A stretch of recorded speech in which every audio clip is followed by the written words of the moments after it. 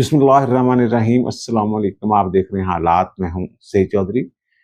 Islamabad high court के mister justice Tarak Mahmood Jahangiri की LLB की डिग्री जाली करार देकर कराची यूनिवर्सिटी ने मनसूख कर दी है। इस हवाले से कई एक सवालात जो हैं वो उठाए जा रहे हैं। उन सवालात का जवाब भी तलाश करने की कोशिश करेंगे। और फिर जाली डिग्री के बावजूद, डिग्री की मनसूखी के बावजूद जस्टिस तारक महमूद जहांगीरी अपने ओहदे पे बरकरार हैं। उनको ओहदे से कैसे हटाया जा सकता है और उनके पास दाद रसी के कौन से फोरम जो हैं वो अभी बाकी हैं। ये बड़ी दिलचस्प सूरत हाल है जो हम आपके साथ शेयर करेंगे। और फिर जो पेशावर में जलसा हुआ है, बड़ा, वो कहते हैं ना कि बड़ा शोर सुनते थे पहलू में दिल का, जो चीरा तो एक कतरा खून तक ना निकले, इस टाइप को शेर है। मैंने आगे पीछे हो जाते मेरे को शेर। बहरहाल वहां जनाब जो कारकुन हैं वो मायूस नजर आए और ख्याल था कि बड़ा ऐलान किया जाएगा, लेकिन ऐलान की बजाय गंडापुर साहब जो हैं उनके ऊपर बोतलें फेंकी गई और उन्होंने आसम मुनीर जो फील्ड मार्शल हैं हमारे, उनके मिन्नत तरले किए हैं खुल्लम खुल्ला। लेकिन इससे पहले एक और मौजूद है जिस पे हमने बात करनी है कि मरियम नवाज जो हैं वो जनाब छाई हुई है। लेकिन उनका एक बयान जो उन्होंने ये कहा था, पंजाब के अवाम की तरफ जो उंगली उठेगी मैं उंगली तोड़ दूंगी, वो इशू बना हुआ बयान, वो इशू बना नहीं हुआ, बना दिया गया है। इसके पस मंजर का आपको भी पता है, ये किस तनादर में उन्होंने बात की थी। लेकिन एक फिक्रा लेके जो तनकीद करने वाले हैं वो जनाब शुरू हैं उनके ऊपर। वो पता नहीं चंद साहब और कौन कौन जो हैं वो जनाब, और इवन ये कि जो सिंध हुकूमत के कुछ लोग हैं वो भी इस पर तनकीद कर रहे हैं। ये मरियम नवाज जो काम कर रही है ना, अब देखें उन्होंने जो सैलाब के हवाले से जो काम किया है, उनके वज़रा ने काम किया है, उनकी काबीना ने काम किया है, उनके पंजाब के जो महकमे हैं उन्होंने ये काम किया है, जो काम किया है उसकी। ये बिलावल साहब जो आए थे सैलाब के दिनों में पंजाब में, तो वो भी मरियम के काम की तारीफ करके गए थे। लेकिन मरियम ने एक बयान दे दिया तो जनाब अब शोर मचा हुआ है। अब जो जो वहां नुकसानात हुए हैं सैलाब से, उसका जो अंदाजा लगाना है, तखमीना लगाना है, जो सर्वे है वो भी शुरू हो गया हुआ है। ऐलानात हो गए हैं किसको कितनी इमदाद मिलेगी। लेकिन इशू यहाँ ये बना हुआ है कि जनाब वो ये कहते थे सिंध वाले कि जनाब ये जो है ना सैलाब, इसकी जो तबाहकारियां हैं इसके लिए जनाब कोई इमदाद शिमदाद मांगी जाए बाहर से, और बेनजीर इनकम स्पोर्ट्स प्रोग्राम जो है इसमें कोई इजाफा किया जाए। लेकिन वो बेनजीर इनकम स्पोर्ट्स प्रोग्राम जो है उसके हवाले से तो जो राना सनाउल्लाह साहब जो हैं वो कहते हैं जनाब उसको रीडिजाइन करना पड़ेगा। ज़ाहिर है जब बेनजीर का नाम आता है तो हुकूमत कोई भी हो, जब बेनजीर का नाम आएगा तो उन्होंने चेंज किया था ना, हसास प्रोग्राम बना दिया था इन्होंने, PTA वालों ने। लेकिन जो कानून था, कानून बेनजीर प्रोग्राम ही था और वो ही चल रहा था। उसमें वो रेट दरखास्तें भी कई एक दायर हुई थी, तो वो कानून है ये बेनजीर वाला। अब इनको ज़ाहिर है जब हुकूमत कोई भी हो, मैंने अर्ज किया, जब पैसे कोई भी हुकूमत दे रही हो लेकिन नाम तो बेनजीर का आएगा ना। बेनजीर इनकम स्पोर्ट्स प्रोग्राम में जनाब मुझे पैसे मिले तो बेनजीर की और पीपल्स पार्टी की इसमें ये गुडविल तो बनती है ना इससे, ये तो मानना पड़ेगा ना। हो सकता है सियासी तौर पे ये हरीफ हैं एक दूसरे के, अगर ये बैठे हुए मिलके वहाँ हुकूमत में, वफाक में, पंजाब में भी पीपल्स पार्टी के गवर्नर बैठे हुए हैं, लेकिन वो हैं तो सियासी हरीफ ना। हो सकता है वो जिसको कहते हैं जनाब पेशा वराना जेलसी, सियासी जेलसी, ये जेलसी का कोई नतीजा हो जो वो बात कर रही है। लेकिन उन्होंने जो बात की थी ना वो उंगली उठाने वाली, वो मैंने वैसे कई मरतबा ये जिक्र किया था कि जो कारकर्दगी है ना मरियम नवाज शरीफ की, उसके पीछे आप मरियम नवाज को ना देखेंगे ना, वो साल 1.5 साल से वजीर आला हैं, उसके पीछे उनके वालिद मियां नवाज शरीफ की सियासी तपस्या देखें, उनके चचा जो है उनका तजर्बा देखें, उनके पास एक टीम है। तो मैं तो ये अक्सर ये बात करता हूँ कि ये जो मरियम नवाज है इनका मुकाबला किसी से नहीं है, इनका मुकाबला अपने साथ ही है। और बाकी जो वज़रा आला है, बाकी जो हुकूमतें हैं, सूबाई हुकूमतें, उनको इन्होंने इम्तिहान में डाला हुआ है। वो मुकाबला कर नहीं पा रहे, बस तनकीद का एक दरवाजा खोल के बैठ जाते हैं और उसको बचाते रहते हैं। अब इन्होंने ये किस तनाज़ुर में बात की थी मरियम नवाज ने, उन्होंने ये कहा था कि जनाब NFC अवार्ड जो है, ये जो कहते हैं ना जनाब इमदाद मांग रहे थे, बाहर से इमदाद मांगे, वो कहते हैं हम तो इमदाद नहीं मांग रहे, हम तो अपने वसाइल से लोगों के मसाइल हल कर रहे हैं। वो कहते हैं NFC अवार्ड के जरिए जो हिस्सा आता है आबादी के हिसाब से, तो हम तो अपने हिस्से से लोगों की खिदमत करेंगे। और उन्होंने ये भी कहा कि जनाब जो हमें हिस्सा मिलता है, हम इतने फराख दिल हैं पंजाब वाले कि उसमें से भी दूसरों को हिस्सा दे देते हैं। लेकिन इसके साथ उन्होंने ये भी कहा कि जनाब हम ये कर रहे हैं और लोग जो है वो पंजाब पे उंगलियां उठाना शुरू हो जाते हैं। उन्होंने क्या कहा, उंगली तोड़ने वाली बात जो है वो भी सुन लीजिए। हर कोई उठता है तो पंजाब पे उंगली उठाता है। मरियम नवाज शरीफ पंजाब के अवाम की जिम्मेदार है। हम पंजाब के अवाम की तरफ उठने वाली उंगली मरियम नवाज तोड़ देगी। इससे एक मतलब तो ये भी निकलता है कि मरियम नवाज शरीफ ने पंजाब के अवाम की पूरी जिम्मेदारी जो है वो उठा ली है। और उनका है ना कि मैं जिम्मेदार हूं पंजाब के अवाम की। तो ये जो है ना, कुछ लोग ये कह रहे हैं जनाब देखें ये आप पंजाब कार्ड खेलना शुरू हो गई हैं। तो पंजाब कार्ड वो तो जनाब कौमी सतह के लीडर हैं, वो कौमी सतह के लीडर भाई अभी नहीं है। ठीक है, उनका वो जो सियासी कद काठ है वो बढ़ रहा है और लोग ये उम्मीद लगा के बैठे हुए हैं कि हो सकता है उनकी वजारत उज़्मा की बारी आ जाए किसी वक्त। लेकिन सरदस्त तो वो पंजाब के नुमाइंदा है ना, पंजाब के लोगों ने उनको मुंतखब किया है। ये जो गंडापुर साहब हैं, अली गंडापुर, वो खैबर पख्तूनख्वा की बात नहीं करते, सूबे के हकूक की बात नहीं करते, NFC अवार्ड में ज्यादा हिस्सा नहीं मांगते। और बलूचिस्तान वाले जो हैं वो अपने बलूचिस्तान की बात नहीं करते, और सिंध वाले जो हैं वो सिंध की बात नहीं करते। अब जो पीपल्स पार्टी वाले हैं, बिलावल भुट्टो जरदारी साहब हैं, इवन ये कि आसफ अली जरदारी साहब जो हैं वो भी सिंध की बात करते हैं, क्योंकि उनकी जो सियासत है वो मुंसलिक है सिंध की सियासत के साथ। तो ये मरियम नवाज पे एतराज क्यों? वही बात कि जब पंजाब वाले अगर कोई बात करें तो जनाब प्रोपेगेंडा शुरू हो जाता है कि देखें जनाब जो पंजाब कार्ड खेला जा रहा है। और पंजाब वाले कहते हैं जनाब हमारे ऊपर बिला वजह उंगलियां उठाई जा रही हैं। और वो जैसे उंगली उठाने पे उंगली तोड़ने की जो बात की है उन्होंने ऐसे थोड़ा कह दिया जनाब मैंने कोई भी बंदा मुझे मिला तो उसकी पकड़े उंगली तोड़ दूंगी। वो कहते हैं जो उंगली उठाएगा, जो उठेगी उंगली उठने का क्या मतलब होता है? इल्जाम लगाना बिला वजह, किसी को तंग करना। कहते हैं उंगलियां उठाई जा रही हैं फला बंदे के किरदार के ऊपर, वो वाली बात वो कह रही है कि अगर कोई झूठे इल्जाम लगाएगा और झूठे इल्जाम लगा के पाकिस्तान पंजाब के अवाम के ऊपर जो है वो उंगली उठाएगा तो वो उंगली तोड़नी है उसने, सारी उंगलियां नहीं तोड़ देनियां। बार अल्लाह करे जनाब, मैं तो ये कहता हूँ जो हेल्दी कंपटीशन है सूबों के दरमियान होना चाहिए, वज़ीर आला के दरमियान, हुकूमतों के दरमियान। और दूसरी जो पेशावर वाला जलसा है उसमें जनाब बड़ी उम्मीदें थी। जो कारकुन है PTI के जनाब पता नहीं कितने लाख, 25 लाख बंदे आ जाएंगे या कितने लाख बंदे आ जाएंगे, वहां बंदे कितने आए थे वो भी हम आपको बता देते हैं। जो गैर जानबदार हल्के हैं उनकी मैं बात कर रहा हूँ, ये तो लाखों में कहेंगे। और जो मुखालफीन है वो कहेंगे जनाब 8-9 हज़ार बंदे थे, लेकिन इससे ज्यादा लोग थे। और फिर वो कहते जनाब वहाँ एक जो जलसा गाह थी उसमें एक बदबू तफन था। वो किस चीज का तफन था? अब जो गंडापुर साहब है उन्होंने जब खिताब किया वहाँ, तो खिताब के दौरान जनाब वहाँ बदमज़गी हुई है कि उनके ऊपर बोतलें फेंकी हैं कारकुनों ने। और कारकुनों ने ये कहा जनाब आपने तो कहा ऐलान करना है तो ऐलान करे, ऐलान क्यों नहीं कर रहे, क्या करना है आप लोगों ने? और फिर उन्होंने जो खिताब किया है उसमें उन्होंने वही बात की जो इमरान खान कर रहे हैं जेल में से बैठ के। ज़ाहिर ये देखें ये भी सूबे की बात है जो वो कर रहे हैं। वो कहते हैं कि दहशतगर्दी के खिलाफ जो जंग है इसमें ऑपरेशन नहीं होना चाहिए। और वो कहते हैं अफगानिस्तान के साथ मुज़ाकरात होने चाहिए, मुज़ाकरात के नतीजे में ही सूबे में अमन आ सकता है। एक बात की। अच्छा, वैसे एक और बदनज़री भी हुई है, वो कुछ जैसे इनके लिफेंट से होते हैं नहीं, लिफंटर, वो खवातीन के इनक्लोजर में या उनके जो हिस्सा है वहां घुस जाते हैं, वहां वो घुस गए थे वहां हस्बे मामूल। तो पुलिस ने वहां को फेंटा शेंटा लगाया उनको। तो इस पे भी जनाब उनको बड़ा है जनाब पुलिस ने जनाब इतनी सख्ती क्यों की? वो पुलिस ने खुल खेलन की इजाजत दे दी।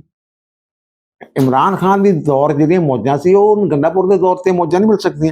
और फिर जो एक और बात जो मैंने अर्ज की कि जनाब वो आसम मुनीर की एक तरह से जनाब वो मिन्नतें तरले, ये बात जो है वो उनके खिताब में वो कहते हैं जनाब इमरान खान कह रहे हैं, गंडापुर साहब ये कहते हैं कि इमरान खान के बकौल जो मुल्क में आसम ला है, वो कहता है, ट्वीट करता है।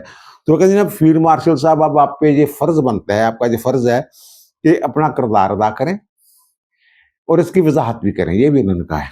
उन्होंने कहा 25 करोड़ अवाम के लीडर जो है ना इमरान खान है और उनका मसला आपने हल करना है कि आपका कानून चलता है वो ये कह रहे हैं, लेकिन मसला जनाब इमरान खान का हल करना है। फिर वो कहते हैं जनाब पाकिस्तान और भारत की जब जंग हुई थी तो इमरान ने कहा कि जनाब ये फौज हमारी है और पूरी कौम आपके साथ खड़ी हो गई थी, आसिम मुनीर को वो कह रहे हैं, और आप इमरान खान का मसला हल कर दें। इमरान खान का मसला की है उन बार करना, और वो कहते हैं ना पूरी कौम जो है, पूरी अवाम, अच्छा अवाम ਨੂੰ मौन से बना देता है वैसे सारे ने, वो कहते हैं ना पूरे अवाम जो हैं, सारे अवाम जो है आपके साथ खड़े होंगे। ये अली मीन गंडापुर साहब कह रहे हैं, इनकलाबी जो उन्होंने खिताब करना था वहां पे। और जो उनकी बहन है अलीमा खान, वो भी वहां जलसे में मौजूद थी, वहां उन्होंने मीडिया से बात की है।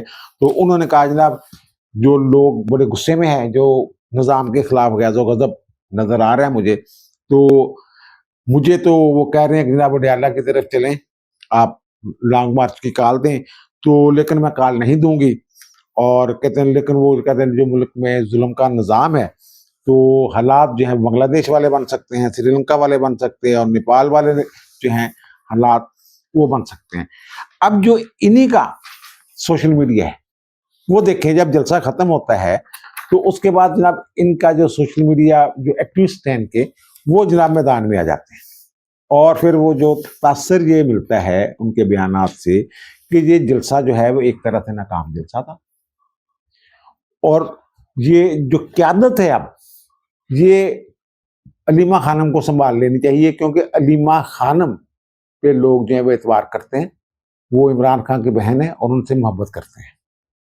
और एक ट्वीट तो ये भी मैंने देखा है, बल्कि एक वीडियो देखी है जिसमें वो बंदा कह रहा है जनाब यूं ही अलीमा खान गई हैं तो जनाब लोग भी जाना शुरू हो गए। लेकिन ये लोग उस वक्त जाना शुरू हुए थे जब जो इनके सेक्रेटरी हैं राजा साहब, राजा सलमान अकरम राजा, उनकी तकरीर के बाद जो लोग हैं वो जलसागाह से जाना शुरू हुए थे। तो अब इन्हीं के एक सोशल मीडिया के एक्टिविस्ट हैं, सहाफ़ी भी हैं, दोस्त हैं हमारे, शाकिर महमूद अवान साहब, उन्होंने ये ट्वीट किया कि जनाब जलसागाह से अभी निकला हूँ, वो पेशावर गए थे, हैं लाहौर के वो, तो जनाब इंटरनेट के सिग्नल नहीं आ रहे, और वो कहते हैं जनाब जलसे में तकारीर जो हुई है उनकी तरतीब दुरुस्त नहीं थी, यानी जो दिल करता से तकरीर कर जाता सी।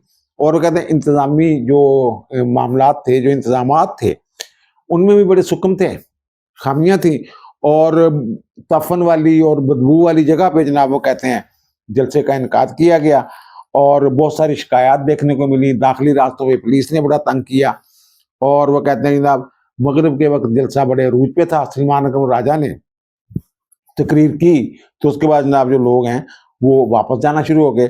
और कारकुन कहते हैं जिन्हें बड़ी उम्मीदें लेके आए थे, लेकिन कोई इमरान खान का पैगाम नहीं दिया गया, और जो कारकुन हैं वो मायूस लौटे हैं। तो जनाब जो मैंने ये पता किया है, ये तो लाखों में कहते हैं ना, वो तो हमेशा ही कहता है लाखों में कहते हैं, वैसे वो 40-50 हज़ार के करीब लोग पहुंच जाए ना, उनको लाखों में कहा जा सकता है। बल्कि कुछ लोग तो ये कहते हैं 25-30 हज़ार लोग भी हैं, कहा जा सकता है लाखों में, फिर गिनती नहीं वो की जा सकती लोगों की। लेकिन वहां जो एक तो वो तफन वाली जगह की जो बात कर रहे हैं, ये पता ही चला है कि जनाब जब पीपल्स पार्टी की हुकूमत थी ना वहां पे, तो उन्होंने जनाब वहां कोई हॉस्पिटल के लिए जगह मुख्तस की थी कि जहां अस्पताल बनना है। लेकिन बाद में जनाब वो मनसूबा जो है जैसे वहां होता है वो तखीर का शिकार हुआ, तो वहां जनाब इन्होंने जो कूड़ा है वो डंप करना शुरू कर दिया। तो वहां जनाब उन्होंने कूड़ा काड़ा जो था उसी को जनाब ट्रैक्टर टुक्टर लगा के जनाब सीधा बदरा ग्राउंड जो है वो ग्राउंड बनाया, और वो भी आधा, वो पीछे कूड़ा कहते हैं उसी तरह मौजूद था साइडों पे, और कूड़ा ज़ाहिर है वो उन्होंने फैलाया सीधा सुधा किया है ग्राउंड में, तो कूड़ा नीचे भी होगा, तो ज़ाहिर है फिर उससे ताफन बदबू तो आएगी ना। और जो कहने वाले लोग हैं जनाब जो ना जो जलसागाह थी जहाँ ये जलसा होगा है, तो 10 से 15 हज़ार लोग हो सकते हैं। लेकिन मैं कहता हूं कि चलो 10-15 हज़ार वाली बात ना करें आप, और वो लाखों वाली बात भी ना करें, 20 हज़ार के करीब लोग, जिन्हें 5 हज़ार का इजाफा बड़ा होता है। और इनके जो आपने देखा वहां जो पेशावर में लोग हैं वो बता रहे हैं कि जब इन्होंने पूरे पेशावर में बैनर भी नहीं लगाए हुए थे, बस जहां से लोग वो नजदीक जो थे ना वहां उन्होंने बैनर शैनर जो है वो लगाए हुए थे। वो कहते हैं जनाब जो JUI है जमीयत इस्लाम मौलाना साहब के जलसे हमेशा जो है इस जलसे से जो बड़ा जोर लगाया हुआ था इन्होंने यार, 27 सितंबर को पता नहीं क्या हो जाना, निकलो 27 सितंबर के लिए। तकरीरें कुछ लोगों ने की हैं, अदलिया पे बड़ी सख्त तनकीद की है, सलमान अकरम राजा साहब ने भी अदलिया पे तनकीद की है, जुनैद अकबर ने भी तनकीद की है, लेकिन ऐलान कोई नहीं किया कि जनाब चलें अडियाला की तरफ। अलीमा खान कह रहे हैं गैज़ो गज़ब जो लोगों का है वो तो ये कह रहा है कि चलें अडियाला की तरफ, मैं ऐलान नहीं करूंगी। इन्होंने क्या आगे का लाया अमल क्या दिया है? बस ये कि आसम मुनीर ये आप जो है वो फौज के सरबराह हैं और वो आपका कानून चलता है तो इमरान खान की मदद करें तो पूरी कौम आपके साथ खड़ी हो जाएगी। कमाल है यार, क्या फार्मूला लेके आए हैं, क्या मंतक है इनकी। और फिर जो इमरान खान के हवाले से, जो इमरान खान ने चंद दिन पहले आपको याद होगा कि उन्होंने ट्वीट किया था जिसमें वो कहते हैं ना मुझे डील की बार बार ऑफर हो रही है कि मुल्क छोड़ के चला जा या फिर चुप करके बह जा, लेकिन नहीं, मैं अदालत तो इंसाफ लेके बाहर आना। दूसरे पासे कहता है अदालत इंसाफ नहीं करती। तो इसके जवाब में जो मोहसिन नकवी साहब है हमारे वजीर दाखिला, उन्होंने एक ट्वीट किया था, इस ट्वीट को कोट करके। तो उन्होंने कहा जनाब आप एक बंदे का नाम बता दें जो आपके पास डील की ऑफर लेके गया था, सिर्फ एक बंदे का। वो ये कह रहे हैं, वो कह रहे हैं कि जनाब जो अवाम है वो तो बड़े तंग है जो तुम खुल्लम खुला झूठ बोलते। अच्छा, झूठे सारे बोल देने, इमरान खान कल्ले नहीं बोल दे। अब सलमान अकरम राजा कितने सीनियर वकील है, तो उन्होंने एक ट्वीट किया हुआ था 2 दिन पहले, मैं भी लाग नहीं कर सका। तो उन्होंने जनाब ये ट्वीट ये किया हुआ था कि लाहौर हाईकोर्ट रावलपिंडी बेंच में उनकी जो दरखास्त है कोई एक, उसका रिकॉर्ड गायब हो गया है। मुझे अभी पता चला है वो जो केस जिसकी बात करें जिसका रिकॉर्ड गायब हो गया है, इनकी फाइल में ऑब्जेक्शन लगा हुआ है और ऑब्जेक्शन केस के तौर पे 29 सितंबर को जस्टिस सदाकत साहब जो हैं वो उसकी समाअत कर रहे हैं। ये कह रहे रिकॉर्ड नहीं है उसका, तो उनकी अदालत में वो कल पीर वाले दिन कैसे पहुंचेगा जनाब वो जो रिकॉर्ड है इनका। कमाल हो गया यार। आखिर में मैं अर्ज करूंगा इस्लामाबाद हाई कोर्ट के जस्टिस तारक महमूद जहांगीरी की जाली डिग्री वाला जो मामला है, ज़ाहिर सिंध हाई कोर्ट से जो कोई इम्तनाई था तो वो स्टे खत्म हुआ, तो उन्होंने जनाब जो यूनिवर्सिटी है उसने वो जाली डिग्री का वो नोटिफिकेशन जो मनसूख कर दिया। अब ये बड़ी अजीब बात है, ये कह रहे हैं जनाब मनसूख करना, डिग्री को मनसूख करना जो है इसका मतलब ये है कि डिग्री मौजूद थी। और भाई डिग्री जाली जराए से 2 नंबरी के जरिए, जाल साजी के जरिए अगर हासिल की जाए, यूनिवर्सिटी को नहीं पता चला, इंक्वायरी में पता चल गया तो उन्होंने मनसूख कर दी। आपको याद होगा कि एक दौर था कि जहां स्मगल गाड़ियां जो वो आती थी, फिर टेम्परिंग होती थी, जब मैनुअल सिस्टम होता था तो वो रजिस्ट्रेशन भी हो जाती थी, फिर रावी टूर प्लाजा में पकड़े भी जाते थे। अगर नहीं पकड़े जाते तो कई साल, 10-10 साल, 20-20 साल, और कई हाथ बिक जाती थी, वो चलता रहता था काम। अगर पकड़ी जाती थी तो उनकी रजिस्ट्रेशन वो मनसूख नहीं की जाती थी। इसका मतलब ये तो नहीं है कि जनाब अगर रजिस्ट्रेशन की गाड़ी की होगी है तो जनाब उसकी वो कभी छानबीन नहीं होगी। जालसाजी से अगर आप रजिस्ट्रेशन करवाएंगे तो मनसूख होगी।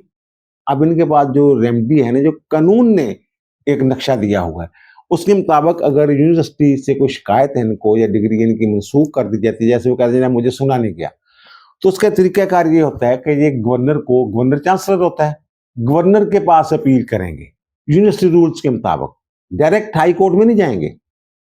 वैसे बाज़ औक़ात हाई कोर्ट एंटरटेन भी कर लेती है, लेकिन इनका जो मामला है उसको मुझे एंटरटेन होता हुआ नजर नहीं आ रहा, तो वो गवर्नर के पास जाएंगे। गवर्नर जो है वो इंक्वायरी करेगा, कितनी देर लगाते हैं, नहीं वो फौरी तौर पे बहाल नहीं कर सकते, हुक्म इम्तनाई जारी नहीं कर सकते। गवर्नर जो है वो फाइनल डिसीजन दे सकते हैं, फिर मुतासरा फरीक जो है वो हाई कोर्ट जा सकता है उसके खिलाफ रिट जुडिक्शन में 199 के तहत, क्योंकि उसके बाद कोई अपील नहीं है, रिट है।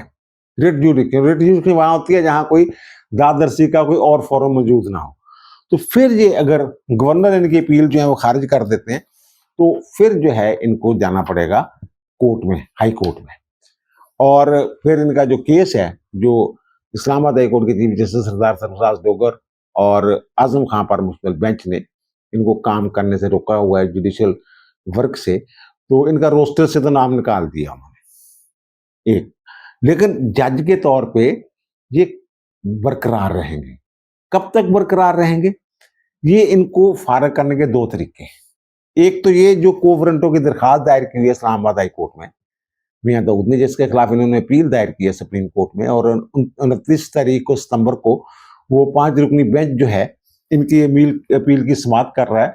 और इन्होंने वैसे मुनीर मलिक साहब को, आप इससे अंदाजा लगा लें कि ग्रुप बंदियों की मैं बात कर रहा हूँ कि मुनीर मलिक साहब जो प्रोफेशनल ग्रुप हामिद खां वाला ग्रुप है, उसके बड़े रहनुमाओं में से हैं। मुनीर मलिक साहब की खिदमात इन्होंने हासिल की हैं इस केस में अपील की पैरवी के लिए। अब मेरी जो अंडरस्टैंडिंग है ला के हवाले से कि को वारंटो जो है उसके ऊपर कार्रवाई हो सकती है, लेकिन जो कोई अच्छी रवायत नहीं है, लेकिन कानून में इसकी ममानत नहीं है।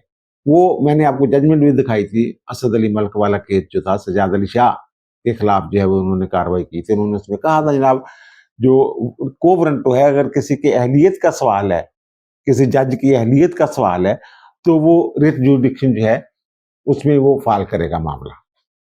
तो बहरहाल ये वहाँ अब अपील में जब गए हैं तो वो ये भी कह सकते हैं, वो ज़ाहिर है हुकूमत बताएगी, मियाँ दाऊद जो पिटिशनर है इस्लामाबाद हाई कोर्ट में वो बताएगा जनाब ये तो केस ही, इसकी नौयत ही बदल गई है, इनकी तो डिग्री जो है वो जाली करार दे दी गई, मनसूख कर दी गई। तो अब तो नए ग्राउंड्स के मुताबिक इनको आना पड़ेगा Lahore high sorry Islamabad high court में जवाब देने के लिए या वहां जाने के लिए। अब 26वीं आईनी तरमीम के बाद जो है ना वो जो इंसाफ की मुकम्मल फराहमी का एक इख्तियार वो सुप्रीम कोर्ट के पास वो महदूद कर दिया गया है। वो अब जो मुदरजात है ना दरखास्त के, बेंच जो है उससे बाहर नहीं निकल सकता। जैसे ये बाहर नहीं निकल जाते थे कि मखसूस नशिस्तों वाला केस, 63A की तशरीह वाला केस, बहुत सारे मुकदमात ऐसे ये करते थे गो टू सी यू वाले जो थे, तो अब वहां बाहर, लेकिन एक सूरत हो सकती है, ये बेंच ये कह सकता है कि अब जब नौयत थोड़ी सी बदल गई है तो अगर दोनों फरीक राजी हों उनकी रजामंदी के साथ, तो क्या हम जो इस्लामाबाद हाई कोर्ट में केस चल रहा है को वारंटो वाला वो हम सुन लें, ये एक सूरत हो सकती है। और फिर वो जाली डिग्री वाला मामला है, क्योंकि वो शहादतों का मतकाजी केस है और इंक्वायरी का मतकाजी केस है, तो इंक्वायरी कर सकती है सुप्रीम जस्टिस काउंसिल, तो उसके पास वो कहते हैं जनाब आप वहाँ भेज देते हैं अगर आप कहते हैं तो फ्री कैन की रजामंदी के साथ, या फिर अगर वो इन्वोक करना चाहते हैं वो कंप्लीट जस्टिस वाला आर्टिकल 187, तो उसकी वो रीजनिंग दे के वो कर सकते हैं, भेज सकते हैं। लेकिन ये नहीं मुझे नजर आ रहा है कि फौरी तौर पे जो हुक्म इम्तनाई जारी कर दें जनाब, जो वहाँ का हुक्म है इस्लामाबाद हाई कोर्ट का जो उन्हें जुडिशल वर्क से रोका हुआ है, तो वो हुक्म जो है वो मुअत्तल कर दें फौरी तौर पे, मुझे नहीं लगता।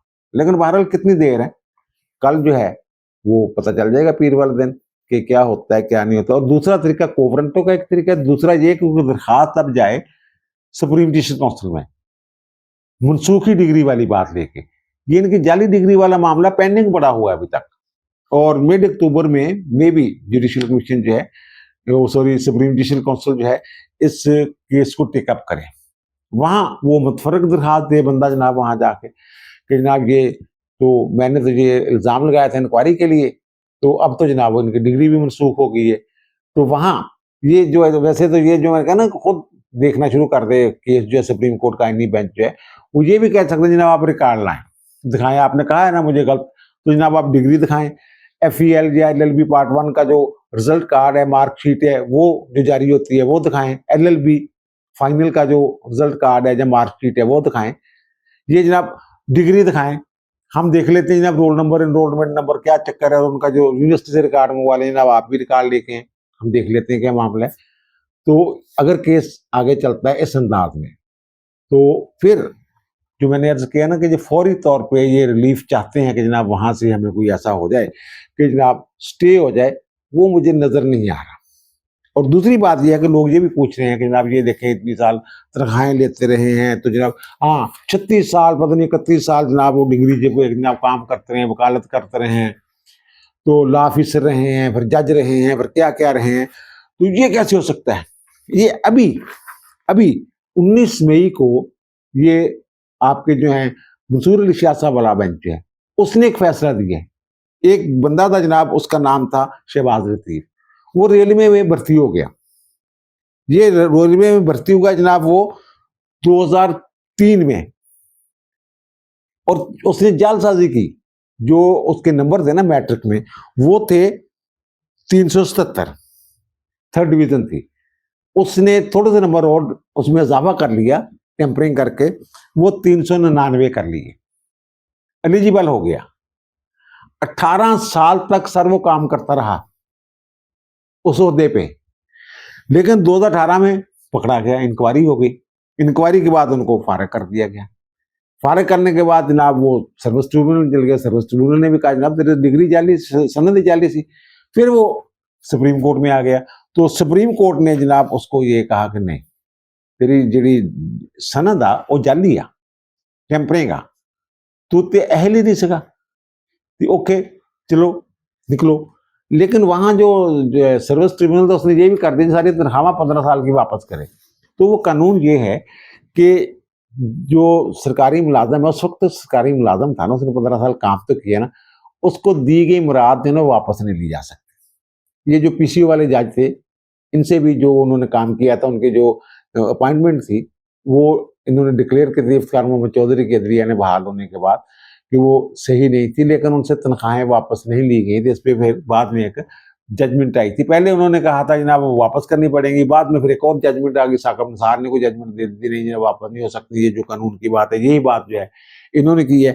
अब अगर ये फारग हो जाते हैं तो मेरा ख्याल है कि इनको तनख्वाहें वापस नहीं करना पड़ेगी, और जिनके फैसले हैं उनको भी एक तरह से तहफ़्फ़ुज़ दे दिया जाएगा कि ये पास्ट एंड क्लोज ट्रांजैक्शन इसको कहा जाता है।